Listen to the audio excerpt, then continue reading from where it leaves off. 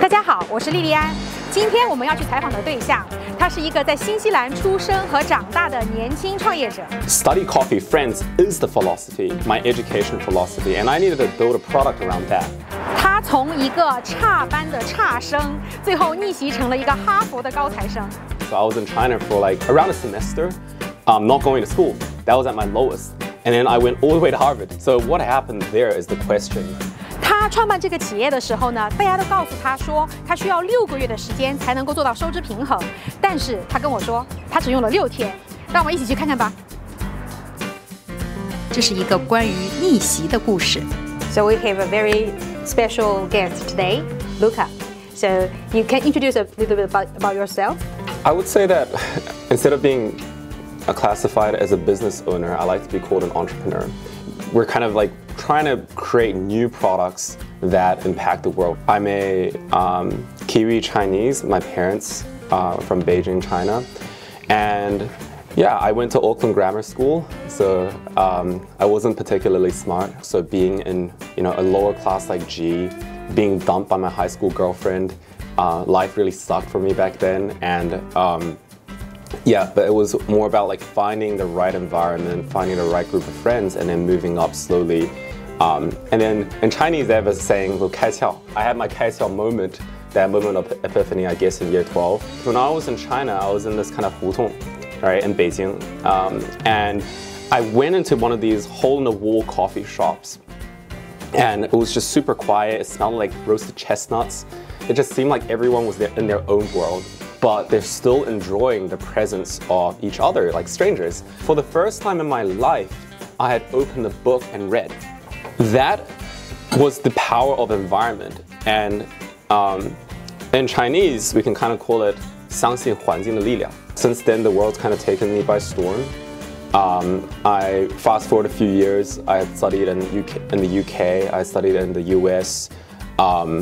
And now I'm running one of the most trendy businesses, or I guess workspace conceps, probably in New Zealand, but also probably in the world. 他现在的店灵感其实来源于当时让他开窍的咖啡馆。This is the cafe area of our space. This is our logo, and it stands for the third place. Yeah, so this is the intersection. The first place, 第一空间, 第二空间, 第三空间, this kind of stuff. So this is the reception desk of the main area, and yeah, newcomers will register here. Over here is our famous bookshelf, and again, it's all DIY. We like to say that O3 is probably the largest DIY project in the world, do it yourself. We see it more as an art project than a renovation kind of thing. So yeah, everything you see here is built by ourselves.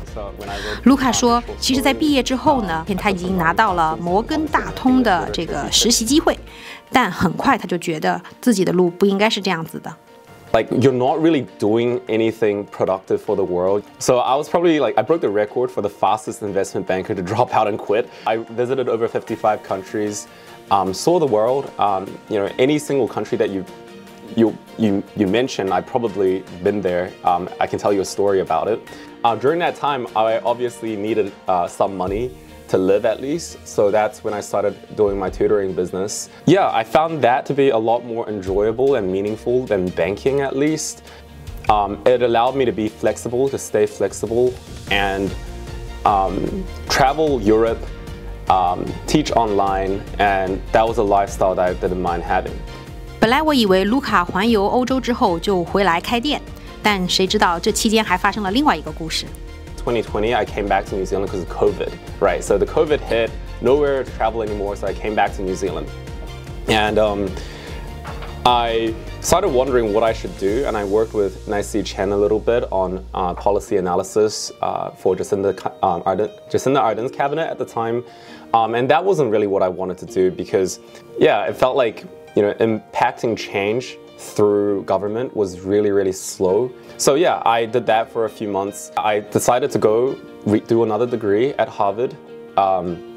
This time kind of blending education and economics, so two parts of my life together.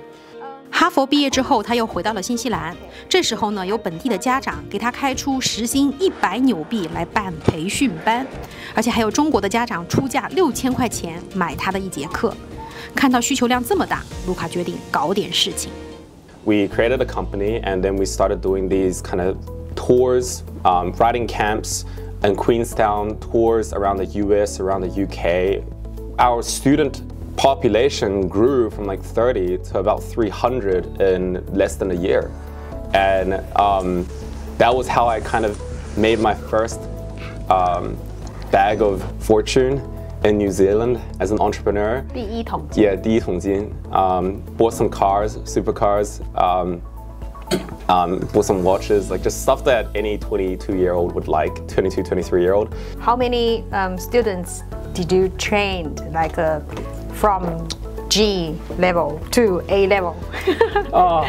It's always so that, see, that's the difficult part, right? So this is one of the paradoxes of higher education, which is you know, when they come to me for a lesson, even if I'm the godly tutor, if I do my job perfectly, they're with me for 1 hour, and they're with their you know, parents, their friends for the rest of the 23 hours of a day. There's no saving an unmotivated kid, right? If they are unmotivated, no teacher, this is the big like lie, that a great teacher can actually do something about you. There's nothing. I try my best motivating my students, but there were about maybe 60% of students where whatever I did was not actually like helpful. That's the truth.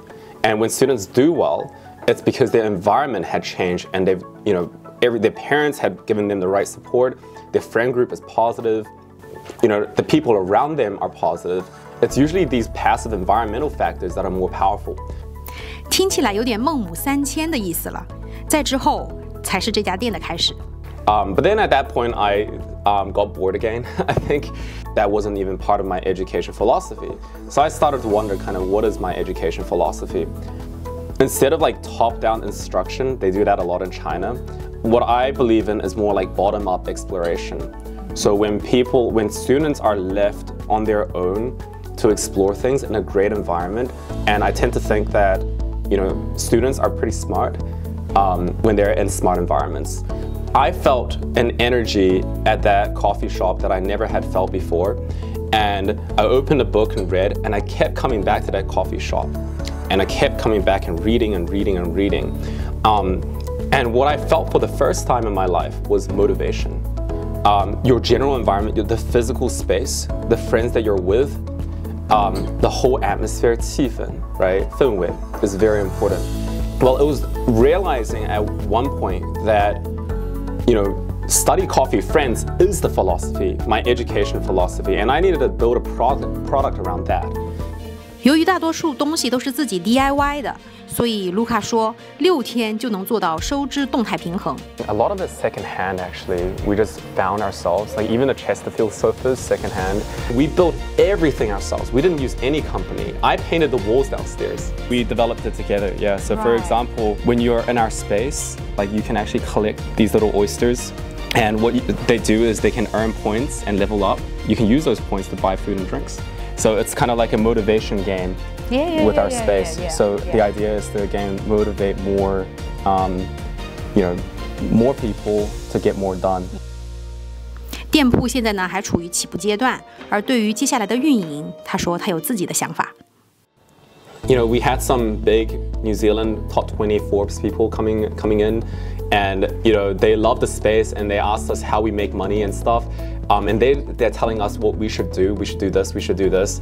And I told them, with all due respect, we're not going to do that, because we're always thinking in this kind of New Zealand mindset of maximizing profit in the short run. But we really should be thinking, how do we maximize customer experience so that in the long run we can build this kind of vision that allows us to sell billions of dollars worth of product.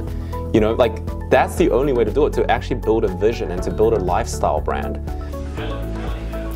这就是我们这次的采访了，不知道各位对这个故事有什么看法或者想法呢？欢迎给我们留言。我是莉莉安，莉莉安的世界观，莉莉安带你观世界。